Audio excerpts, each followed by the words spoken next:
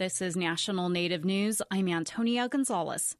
A grassroots group formed the Nebraska Indian Child Welfare Coalition to increase work on child welfare issues. Misty Frazier is executive director. She says they developed into the new nonprofit to expand education, advocacy, and to help keep Native families together.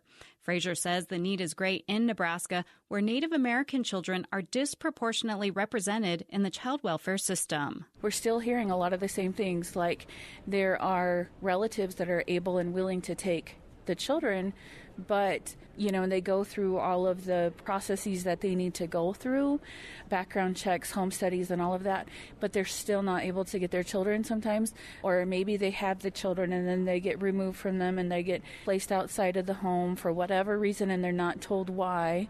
Miscommunication, and there's still a lot of mistrust for the system, so a lot of families feel like they're not treated fairly. They're not heard, maybe not understood in court. For tribes in rural areas, access to services is really tough. The coalition hosts listening sessions and trainings on foster care and the Indian Child Welfare Act. This month, the group will hold a convening with local national experts to discuss possible implications of the case Brackeen versus Bernhardt. The case challenges the decades-old Indian Child Welfare Act. The law is intended to keep Native children with Native families. The biggest implication is losing ICWA in the protection for Native children and families. That is so extremely detrimental, and so not having that added protection for Native children and families, but there's still going to be a need. Our children are still going to have, and families are still going to have that need for services, and so it's scary. It's very, very scary. Tribes and Indian child welfare workers across the country are closely watching the case. The case and a number of other issues are being focused on at the National American Indian Conference on Child Abuse and Neglect held this week in Albuquerque, New Mexico.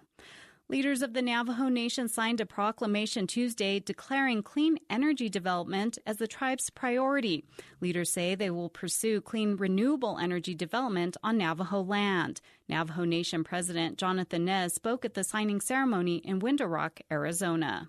This is a big move for the Navajo Nation. But as I said in Navajo, that this is nothing new to us as Indigenous people, right? Being stewards of the land, taking better care of our land, using what the Creator has given us in terms of natural resources. Navajo land has long been impacted by uranium and coal mining. The tribe plans to focus on solar projects. The move comes after the Tribal Council recently voted to drop its bid to acquire the coal-fired power plant on Navajo land, which is set to close this year. Indigenous Peoples Day will officially replace Columbus Day in New Mexico. Governor Michelle Lujan Grisham signed a bill Tuesday which renames the holiday. The second Monday in October will honor the contributions of Indigenous people. A pottery exhibit at the Art Institute of Chicago is being postponed after concerns it lacked Indigenous voices, the Associated Press reports. Some of the pottery which was to be displayed is said to be from New Mexico grave sites, which are not art. The exhibit was set to open in May. The Art Institute acknowledges more work needs to be done to include Native voices in the project. I'm Antonia Gonzalez.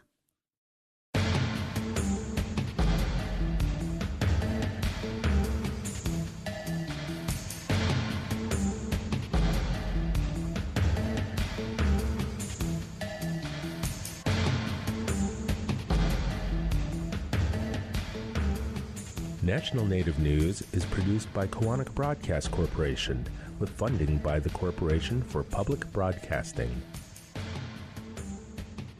Support by Ramona Farms, offering wholesome and delicious foods from our heirloom crops as our contribution to a better diet for the benefit of all people. We are honored to share our centuries-old farming and culinary traditions online at ramonafarms.com. Support for law and justice-related programming provided by Hobbs, Strauss, Dean & Walker, LLP, a national law firm dedicated to promoting and defending tribal rights for more than 30 years. More information available at hobbsstrauss.com.